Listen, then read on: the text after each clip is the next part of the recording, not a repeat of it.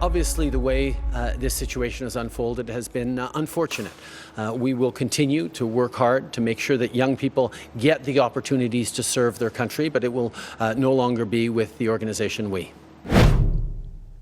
Well, the charity at the centre of the government's much scrutinised student volunteer program is pulling out of its partnership with Ottawa.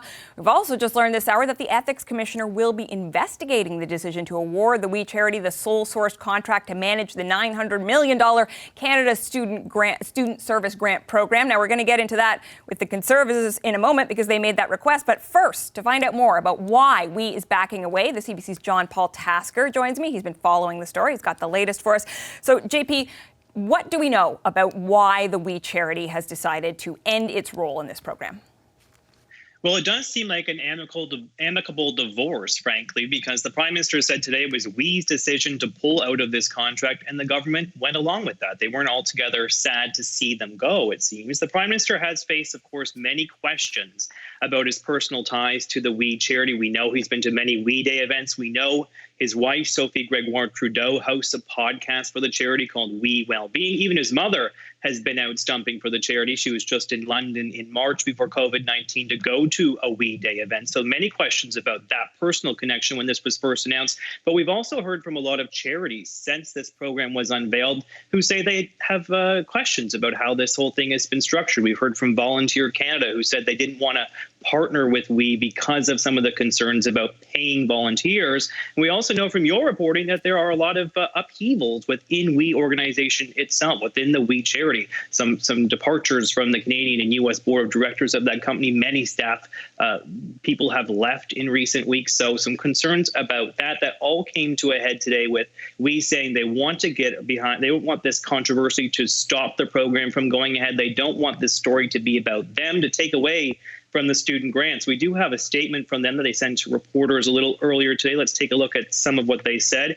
Even as CSSG, of course, that's the student grant take-up, has been very strong, the program has also been enmeshed in controversy from the moment of its announcement. Controversy has not abated. Our concern is that to continue in this way, the program itself will begin to suffer. Having achieved a successful launch and with systems in place for operation, We Charity and ESDC, which is Employment and Social Development Canada, have mutually agreed that the operational responsibility will be passed to the Government of Canada. So they do mention a healthy take-up there. There's been about 35,000 applications to this program already, so a healthy number. About 3,000 people a day have applied to this since it was launched, and many visible minorities, people from rural areas, they feel like it is a good program. So the government thinks it will take over some of those lists and see if they can still press ahead with this grant, even though they're not working with We for the time being. And that's another important part of this, right? That there are people who are certainly watching at home today, seeing this news at home today, who applied for the program and are wondering, well, what does this mean for me? What do we know about the future of the program? Well, we know the Prime Minister said on Monday when he was asked about all this controversy, why are you still going with We? And he said, well, it's the only organization that has the network across the country to pair students with these volunteer opportunities. He said they were the best place to do all this. We don't have the expertise in government. Well, now it's going to come up to the government to do all this because they will be going it alone. They will try and pick up the remnants of that We database that's already been set up and push ahead with this program.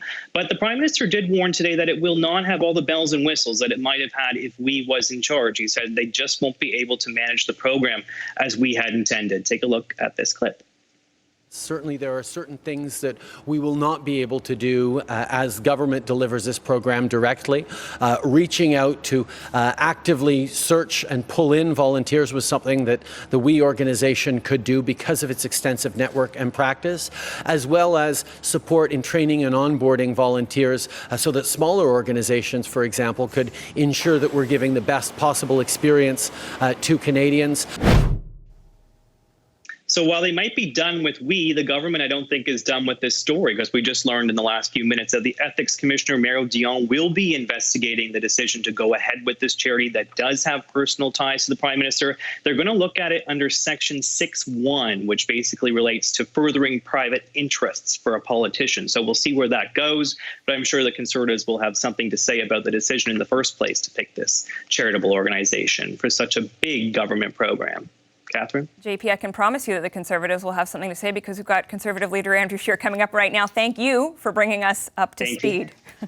Well, as you just heard from JP, the Conservatives had been calling on the Auditor General to probe this controversial, much scrutinized contract. Now, the Conservatives say the Ethics Commissioner has agreed to look into the program. So for more, let's talk to him, the Conservative Leader Andrew Scheer. He joins us from Abernathy, Saskatchewan. Thank you very much for making time for us today, Mr. Scheer. Well, I understand you were out on the road. Let's start by talking about this letter from the Ethics Commissioner. One of your MPs has tweeted it out, and we heard JP talking about it there.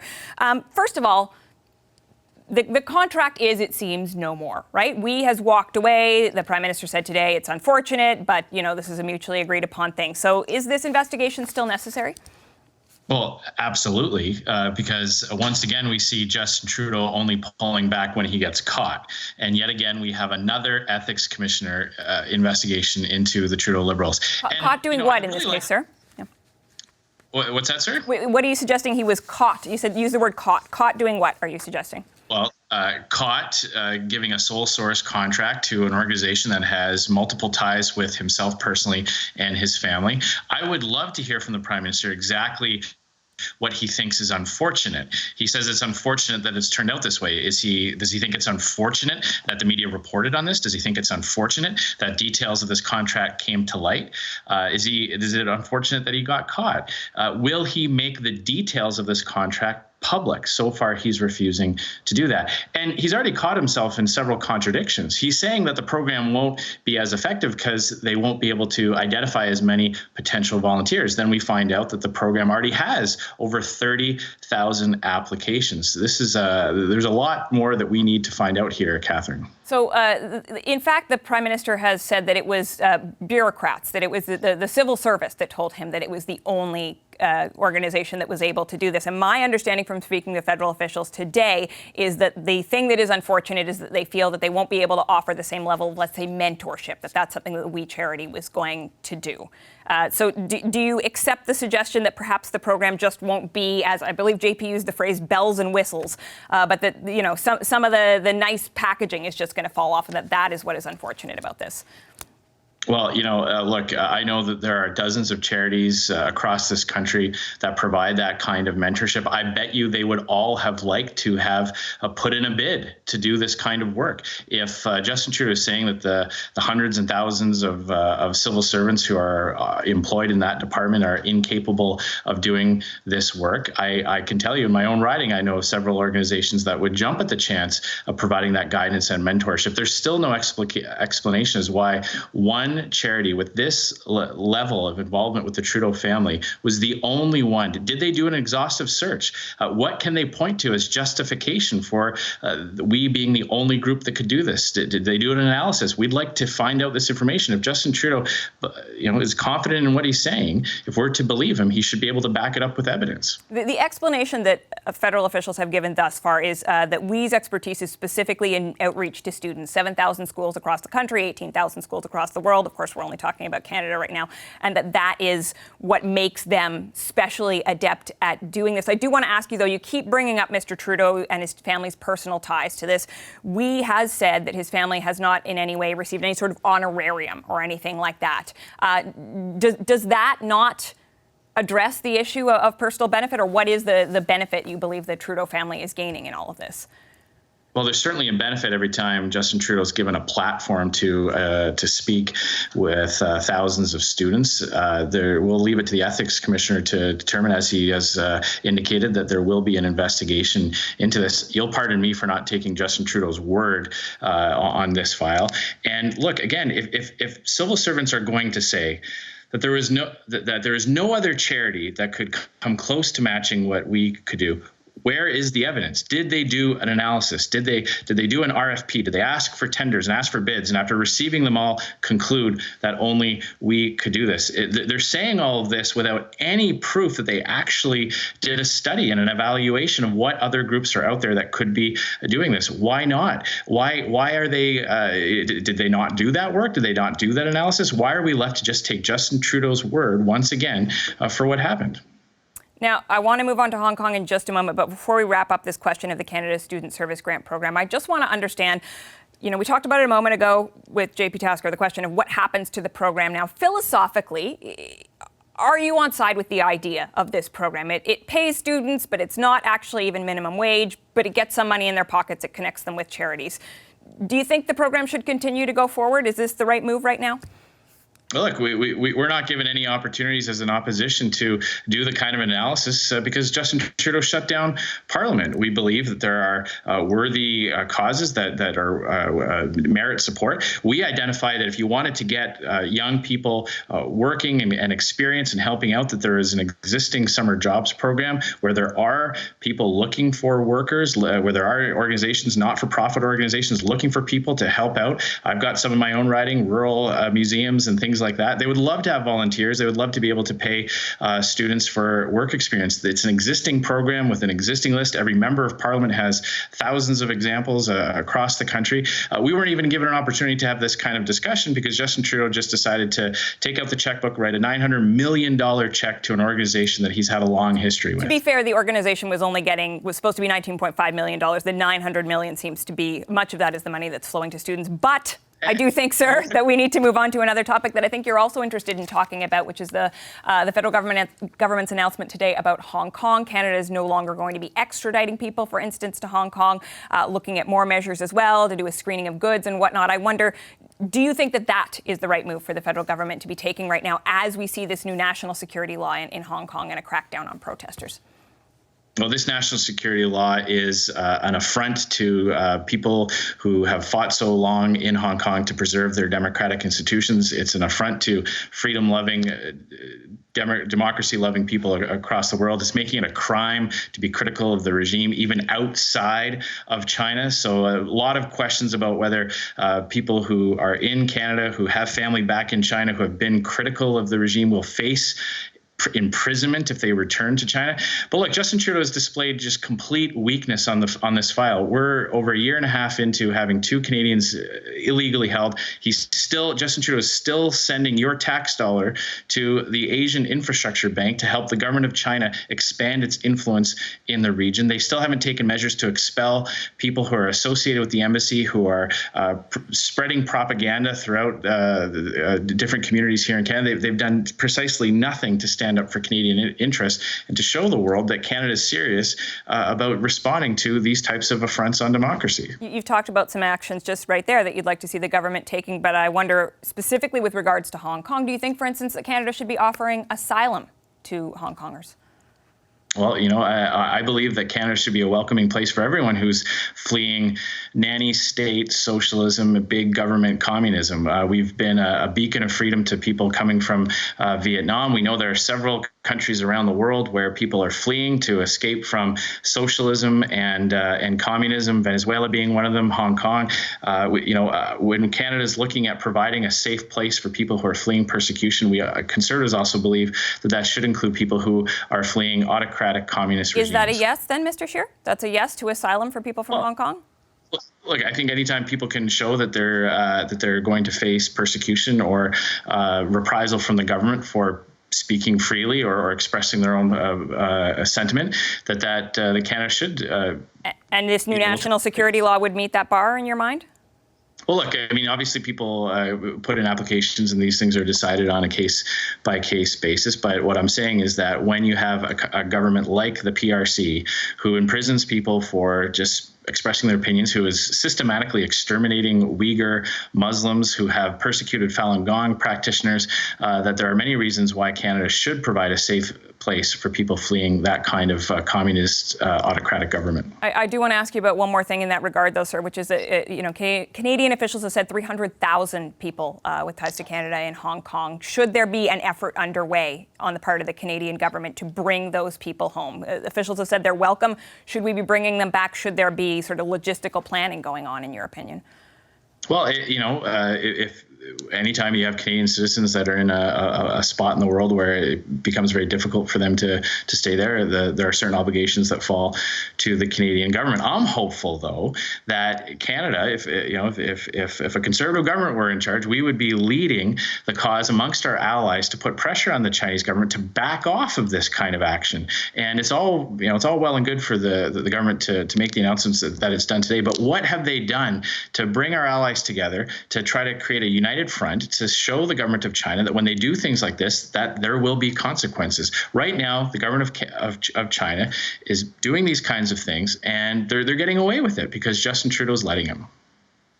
We are going. I'm sure that Justin Trudeau would have something to say about that, but we are going to leave that there. I will say, Mr. Scheer, I'm curious whether we're going to see.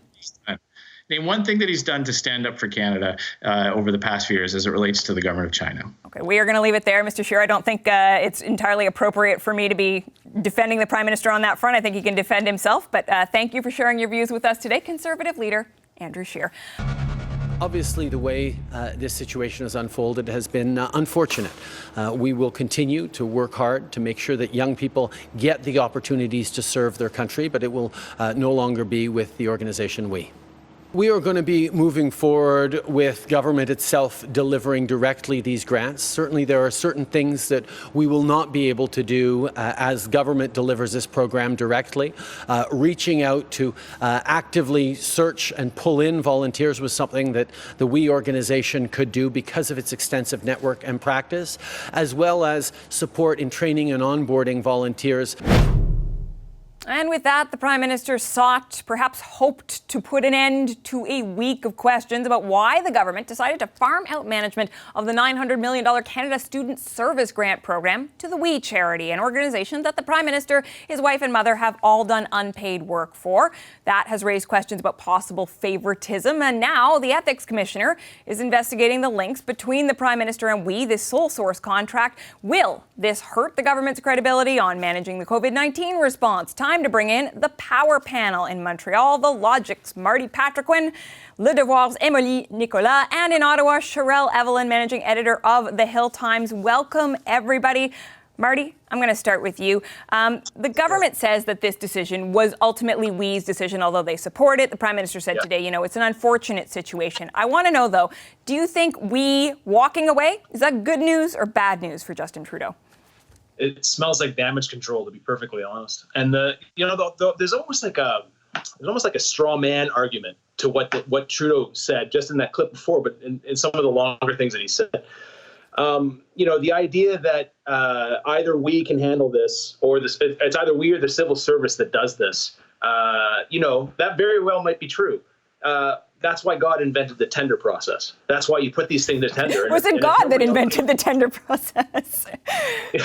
It was one of the gods. I don't know. I can't forget which one. Anyway, the idea that it was that only We and We only is the only one that was the only one that could do this is kind of again, it's like almost like a straw man argument. The second thing that really stuck out to me was you played a little bit of it in that clip just now, was not just a suggestion, but it was almost like the declaration that the youth of this nation who want to volunteer will suffer because We isn't running this thing. Again, that is a very big L liberal conceit. The idea that we can make the choice. And you're going to like it, and yes, sure, but it might not have been up and up. But you know what? We're gonna suffer now that they're not around. That is the height of not hypocrisy. It's almost like a noblesse oblige aspect to it. And for a government that has been through this sort of thing before, SNC Lavalin, you'd think they would have learned their lesson. You think this is on par with SNC Lavalin? I do not think it's on par with SNC Lavalin at all. No, I don't. I think that the idea that they know what's best and they don't have to go to the Canadian public for it, they don't even have to go to tender for it, is an aspect that is shared amongst the two scandals. But no, I don't think it's anywhere close to being SNC level. Okay, Emilia, I'm going to bring you in. I do think it's important to note, though, the government, I think one thing that seems to be muddy at best in this is the Prime Minister keeps saying, I'm not the one saying that We is the only one who can do this. It's the civil service that's saying We is the only one who can do this. Was that a good enough explanation? I'm just trying to word my answer because the use of pronouns gets very confusing in this interview. But the fact, I think what public service should have asked themselves is, first of all, the perception of conflict of interest is as important 100%. As conflict of interest itself. And so the fact that the kind of blowback wasn't foresaw very much surprises me. We is an organization that's been in the spotlight and has been criticized many times over the years. It's been criticized by its own employees, talking about very problematic human resource practices. It's been criticized by former participants. It's been criticized by former speakers as well at We Days. It's been criticized by people who've said, look at the brands, that We is associating itself with that don't have anything to do with its mission. And so I think, We has been a hot potato, and the fact that it got so big and that up to the point that the public service might have thought that is also a story that needs to be digged a little bit more. How is it that we got so big? And so there's been a history there of mixing charity and private for-profit practices within this organization that has allowed it to grow, and bringing that into education in a way, in the way that they do, is something that's been also criticized before. And so for the government to partner with that, not foreshadowing that it would create a conversation, is something that, I don't know, have they Googled We before, but it's something that for me was very much foreseeable. So a couple of things, I think, just so the audience knows. We actually has two, you may not know, there's the We charity, and then there's We to Me. I'm trying not to get my pronouns backwards here. But they also have a sort of a sister company that deals with the for-profit side of things, and that includes things like volunteerism, and so that's some of what Emily is talking about there. I do wonder, Sorrell, I want to bring you in. The point Emily raises there, though, is it up to is it something we want the civil service to do, to think about the optics of something like this, or should they just say, hey, these are the best folks to deliver a program like this? If indeed, that's what's being said. Yeah, no, I think it is up to the civil service to look at, who is the best to do this job, and then that's it. Then they have to kick it up to the people who actually have to wear it, which is the politicians, because all too often we see, and we've seen it with this situation, where the Prime Minister is trying to step back and say, I had nothing to do with this. This was all the civil service. They made the decision, and I just get to come out here and tout it. But he's the one who has to wear it, so he should be the one who has that final say. They come to him, they say, we've done the research, this is what we think is best, and now, sure, add that political layer to it and say, you know what, maybe not. Maybe because, I am so, as a Prime Minister, I'm so involved with this charity, it might look bad if we do this. So unless there's an ironclad reason to go with We, and clearly there isn't if the public service is now going to be the ones who are going to be administering this program, like Mr. Trudeau said, not to the same extent that we would have done it, but this should not be on the public service to have to look at the optics of the decision. I think it should be something that should come up in their research and be presented as a package, but it shouldn't be, their fault.